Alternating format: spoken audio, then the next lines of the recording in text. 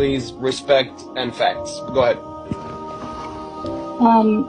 So a couple of facts. I'm American, I'm Jewish, my family lives in Israel. I just lived in Israel for the last 4 months. I got back 2 weeks ago. You dodged the bullet there. Literally. So what I think everyone who's never been to Israel and to Palestine don't really understand, you don't really understand until you go to the territories around the West Bank and around Gaza, and you're close up and you see the wall, and when you see the surveillance, and when you see cameras pointed towards the settlers, just a couple, and then you see thousands of cameras pointed towards the West Bank and to Palestinians, and those cameras are pointed into their homes, like not just the streets, not the public areas, straight into their homes, into their backyards, on their rooftops. I mean, until you see it, and you see that there are, on the checkpoints, there are autonomous weapons loaded and ready to shoot someone based on video footage, and that those autonomous weapons are pointed on one side. Like, I don't think people understand what occupation means.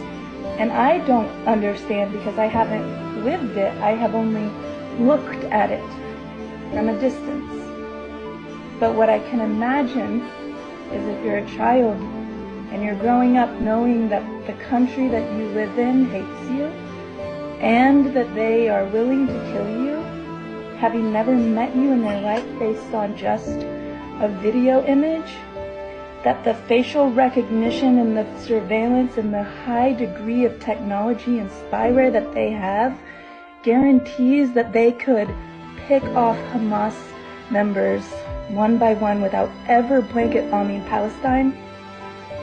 There's no way that this level of intelligence that Israel has doesn't dictate that what they're doing is massacre and it's genocide, and that the occupation is inhumane, and that it's not based in religion, it's not based in who was there first, and it's not based in a tit for tat.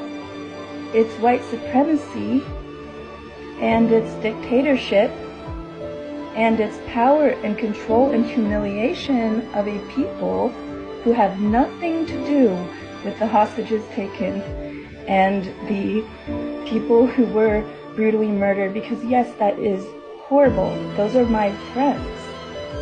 Like, those are people I know. Like, I still have a family member who's missing, and we're giving DNA trying to figure out where they are. We don't know if they're dead or alive. But then also I have Palestinian friends who don't have water, who have for years and years now lost loved ones and children and have given birth at checkpoints, and who have been humiliated and dehumanized under an occupation and an apartheid, that if you are a child who grows up in that,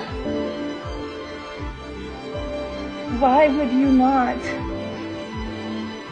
fight for your dignity or stand up for your freaking rights? And if it's about who was there first, then America needs to take a good long look at the reservations that we put all these things Americans into, and the poverty that they live under. If it's this land belongs to whoever was here first, then we have a big reckoning to do.